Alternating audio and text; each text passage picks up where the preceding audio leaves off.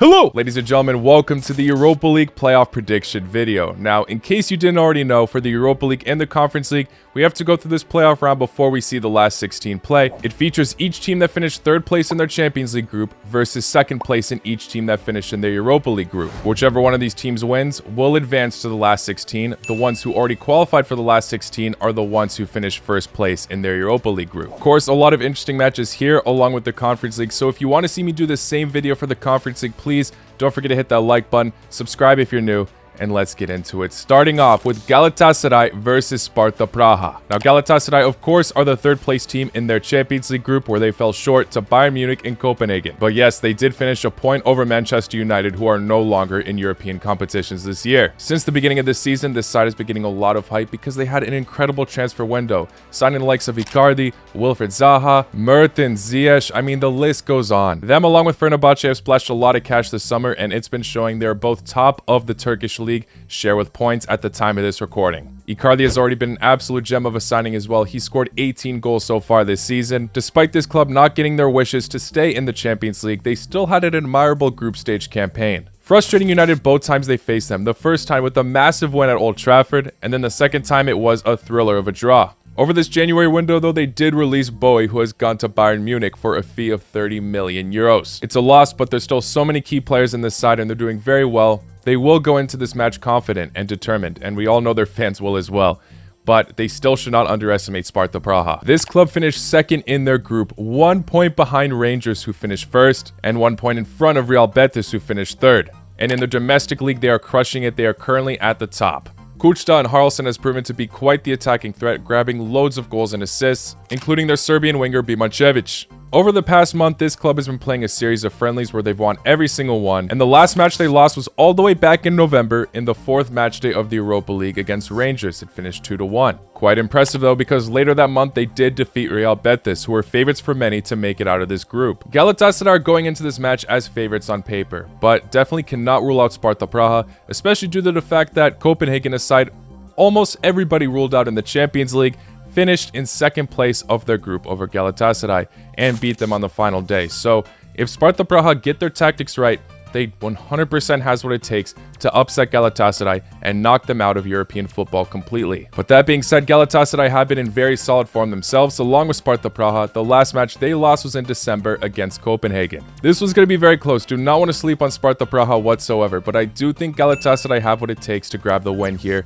across both legs. In the first leg, I'll say it finishes 1-1, and then Galatasaray go to Prague and grab an away win. Yup, it's going to be a tough task, but I think they have what it takes to do so. They beat them 2-1 there and advance to the Europa League last 16. Best of luck to Sparta Praha, though. Now moving on to Shakhtar versus Marseille. Shakhtar being that Champions League side that, I guess, got demoted, and then Marseille being the second place Europa League team in what was a difficult group, to be fair. By the end, they did fall short to Brighton, but they did finish over AEK and Ajax. When you look at the individual players on Marseille, they look to be the better side than Shakhtar, but their recent performances suggest that they could struggle in this match. They're currently 8th place in Ligue 1. Their last victory was a narrow 1-0 win against a club that's in the 5th tier of French football. And straight after that, in the round of 32, they got knocked out to Rennes on penalties. Their latest match at the time of this recording, they lost to Lyon 1-0. And as most of us know, Lyon have been dreadful this year.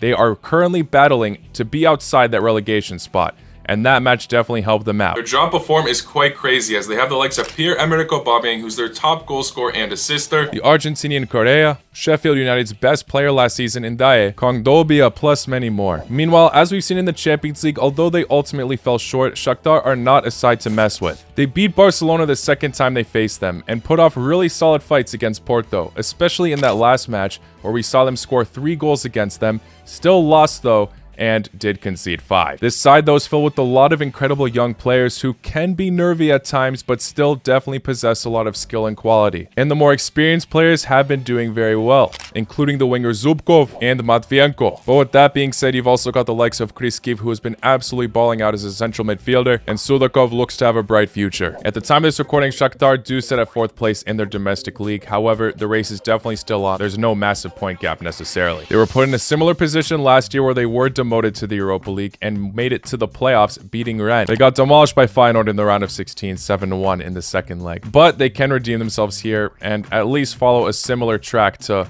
what they have achieved last year. I think they can once again make it to the last 16. Sure, Marseille look like the better side on paper, and still, despite their struggles domestically, they have still been pulling through in European tournaments. But I'm still saying they get frustrated here, and it finishes in quite a high-scoring affair between the two countries over both legs. In the first leg, I'm going for a 3-2 victory for Shakhtar, and in the second leg, I'm saying it finishes 2-2. Shakhtar advance 5-4 on aggregate. Probably an ambitious take on the scoreline, but I'm going to go for it. Moving on now to Feyenoord versus Roma, a classic matchup. These sides have faced each other in European competitions way too many times recently. In the first ever Conference League, they faced each other in the final where Roma were victorious. And then last year in the Europa League quarterfinals, they had to come up against each other once again. Feyenoord won the first leg 1-0, but then Roma had a ridiculous comeback, winning 4-1 the second leg in extra time. Even when Feyenoord are in incredible form throughout the season, they always just seem to struggle against this club. But can things change now?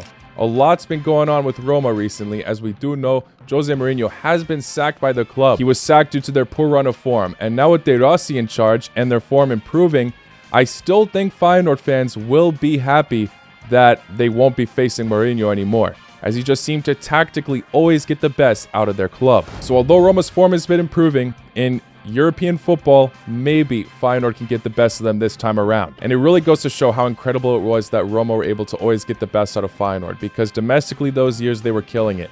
This year, they still are doing pretty well, just falling short to PSV, who have been in some of the most insane form. But still, they currently sit at second place in their domestic league with 2 losses. Santiago Jimenez's form has been coming in and out here and there, but regardless, he's still racking up an incredible tally. He so far has 21 goals this season. This club did somewhat disappoint in the Champions League. Sure, they had a difficult group. I really do rate their manager Arne Slot and everything he's achieved with the club over the past few years. But even with Mourinho gone, I still have the feeling that Roma will be their ultimate kryptonite. Maybe they can win over one leg once again, but still, at the end, Roma will find a way to pull through, potentially even on penalties. In that first leg, I'm saying Feyenoord grab a 1-0 victory over Roma. But then in the second, once they play in Rome, Roma grab a 1-0 victory. 1-1 on aggregate, Roma win on penalties. Won't be upset if I'm wrong. I'd love to see Feyenoord finally break through that kryptonite. Best of luck to them. Moving on to Young Boys versus Sporting. Of course, it's football and anything's possible, but here I think there is a clear favorite. Young Boys sure are in very solid form domestically. They currently have first place, but they were one of those third-place Champions League sides. Although being in a difficult group for sure, they still were one of the worst, only being able to take advantage of Crvena Zvezda, and they only grabbed 1 win against them as well. This isn't even really me trying to knock down Young Boys here. I just think Sporting have been fantastic this season. They've been dominating their domestic league. Benfica have caught up, but they still have a match in hand over them. And in some matches, they are scoring loads and loads of goals. We've even seen 8-0 pop up twice recently. The main reason behind that has to be their Swedish signing, Gyökeres. 24 goals so far since he signed for the club. But of course, they still have a lot of other young, energetic players that are thriving under their manager. Amorim really seems to just be building momentum with this club. And I don't think a side like Young Boys, no offense, will necessarily trouble them here. Unless they mentally underestimate them and Young Boys do cause a surprise, I definitely see Sporting pulling through here. I'm going to say Sporting are able to do it over 2 legs as well. The first one finishes just 2-1, and then the second, they grab a more comfortable victory, 4-1.